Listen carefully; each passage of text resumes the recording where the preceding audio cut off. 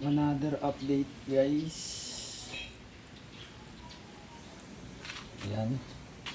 Meron na naman sira ang ating motor. So ano ba ito?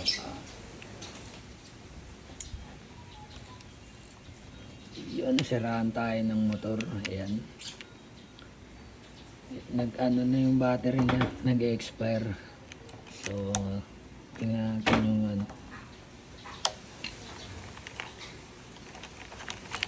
kalagayan. Ayan. Bumagsak yung bolt niya. So matagal na yung battery natin, no?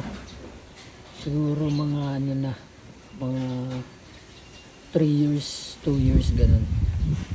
So nag-expire na yung battery.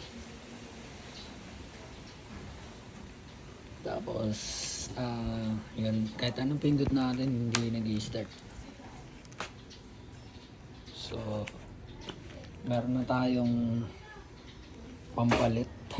Yan, nakabili na tayo. Tsaka install din natin to para sa plaka. Ayan. Alright.